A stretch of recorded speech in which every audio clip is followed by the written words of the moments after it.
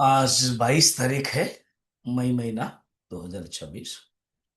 अभी भगवान जो ओम तत्सत अर्थ बता रहे थे, कल तत् के बारे में देखा था। आज बता रहे सत के बारे में। ओम तत्सत, सत का अर्थ क्या आता है? श्री भगवान उवाच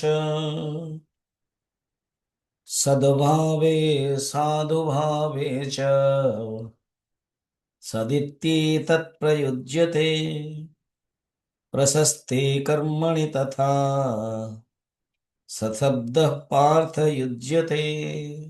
ये 26 श्लोक है, 26। ये सत के बारे में दो दो श्लोक लेंगे। पार्थ, सद्भावे साधु भावे च। सत्य का एक अर्थ होता है विद्यमानता, एग्जिस्टेंस। सत, सत श्री अकार, सत्यम ज्ञानम अनंतम ब्रह्म, सच्चित आनंद। तो ये सत। और एक है साधु भाव में, सत्कर्म। सत्कर्म में अच्छा कर्म, साधु भाव में। और एक है मांगलिक कर्म है, जो प्रशस्त मांगलिक कर्म बताया गया। साधुता के, अच्छा गुण के, और एक है मंगल का में। देखा, सत का 3 अर्थ बताया। सत्कर्मों में भागवत को सत्कर्म क्या के, तो तुम लोगों ने तो बहुत कर्म किया है, एक सत्कर्म करो। उस भागवत के लिए बताया जा रहा है, क्योंकि भगवान से कनेक्टेड है। नारद जी ने ही, नारद को सनत कुमार ने कहा, वो तुमने जो भक्ति को जागृत करने के लिए और ज्ञान वैराग्य को जागृत करने के लिए प्रयास कर रहे हो, वो कोई एक सत्कर्म चाहिए। ये तो सब कर्म प्रेरित हो रहा है, मगर सत्कर्म नहीं है। सत्कर्म क्या? भागवत, ये करो। इसको हिंदी में बहुत सुंदर है। सदा रहता और सृष्ट है सबसे जो, सत कहते परमात्मा ऐसे को। उत्तम कर्म भी है जितने यहाँ, सत शब्द प्रयोग होता वहाँ। सदा रहता जो सत है, श्रेष्ठ है जो साधु है, श्रेष्ठ है, और एक है उत्तम कर्म। 3 अर्थ बताया। जब मन में ना एक उत्तम भाव होता है, वो भी काम देता है। एक छोटी सी कथा से समझ सकते हैं। एक गांव में एक विधवा माँ थी और छोटा सा बेटा था।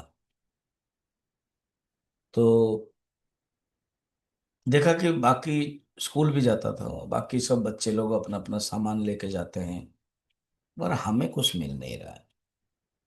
तो कहा कि उनको सामान कौन देता है माँ? तो उनके पिताजी देते। तो मेरे पिताजी कहाँ गए? तो तेरे पिताजी भगवान के पास चले गए। ओ, तो फिर कैसे मुझे सामान मिलेगा? तो माँ ने कहा कि भगवान को तुम चिट्ठी लिखो। तो भगवान को चिट्ठी लिखो। तो उसने चिट्ठी लिखा कि भगवान, सुना कि मेरे पिताजी आपके पास हैं, मुझे ये सामान चाहिए, और मेरे पिताजी को बोलिए ना देने के लिए। अगर मेरे पिताजी नहीं दे पाते हैं तो आप तो भगवान हैं, आप भी तो दे सकते हो। तो माँ को कहा कि अब एड्रेस क्या लिखो? तो भगवान वैकुंठ करके लिख दो। अब लिख दिया। अब चिपकाना था, जो गोंद फोंद होता है चिपकाना होता है, चिपका दिया। बच्चा अपनी तरफ से कर रहा है, माँ इसमें ध्यान नहीं दे रहा है कि कुछ तो होने वाला नहीं है। बच्चा जिद्दी है, करना पड़ेगा। अब जाके, पुराने जमाने में आपको पता नहीं, अभी भी गांव में है, तो पोस्ट ऑफिस के सामने एक बक्स रहता है। वैसे कि गांव में 2-3 रखते हैं, बस स्टैंड के पास भी रखते हैं, पोस्ट ऑफिस तो रहेगा ही। तो उसने जाकर के पोस्ट ऑफिस बॉक्स में रख दिया। वो क्या होता, जो गोंद के कारण उसी गांव के जो सेठ है, जिसको चिट्ठी मिलना है, उनका अपना चिट्ठी इसके साथ चिपका हुआ था।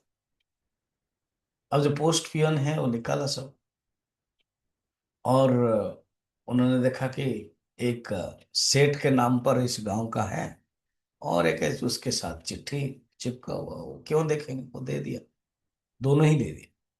तो एक अपना जो चिट्ठी है ओरिजिनल है वो पढ़ा, फिर उसमें देखा कि एक चिट्ठी विष्णु भगवान के बारे में वर्णन है, एड्रेस वैकुंठ है, और नीचे गांव का नाम लिखा है।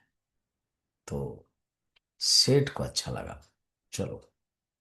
तो सामान लिखा था लड़का, मुझे ये चाहिए, बैग चाहिए, मेरा पेन चाहिए, मेरा पेंसिल नहीं है, कॉम्पैक्स बैग्स नहीं है, टीचर डांटते हैं, माँ कर नहीं पाती है, ये सब लिखा। ये सब चीजें लेके गए। तो जब गए तो कहा कि बेटा, तुमने भगवान को चिट्ठी लिखा था ना? हाँ। आप भगवान का दूत है क्या? जरूर आप भगवान का दूत होंगे। तो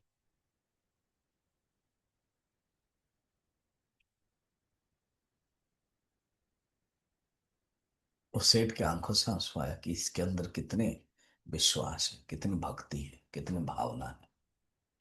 तो कहा कि हाँ, और मेरे पिताजी? ना, तेरे पिताजी ही भेजे, वो नहीं आ पाएंगे ना? नहीं, वो नहीं आ पाएंगे। उन्होंने भेजा कि मेरे बेटे को, आप कितने अच्छे हैं ना, भगवान का दूत है, बस लेके गया। इसको कहते हैं सत्कर्म, मांगलिक कर्म, श्रेष्ठ कर्म। टाटा बिरला के बारे में ऐसे कथा है, जो टाटा जी है, रतनलाल टाटा, किसी दिव्यांग के स्कूल गए थे और उन्होंने व्हील चेयर आदि दिया। सब बैठे, एक ने पैर पकड़ लिया, एक बच्चा ने। तो बच्चा बच्चा पैर क्यों पकड़ रहे हो? कहा कि जब मैं भगवान के पास जाऊंगा, आप तो जरूर होंगे वहां, तो मैं आपको पहचानूंगा कैसे कि आपने हमें दिया था। इसलिए मैं पैर पकड़ करके थोड़ा आपको देखना चाहता हूँ। कहते रतनलाल जी आंखों से आंसू आई थी। कितनी सत भावना है, कितनी उत्तम भावना इन बच्चों के अंदर है। तो भगवान ने सत्कार यही बताया। फिर आगे हम लोग देखेंगे, सुंदर है, जिससे भावना आ जाती है हमारे अंदर। अगर उत्तम भावना हो, सब कुछ, मन दिव्य हो जाता है। आज इतना।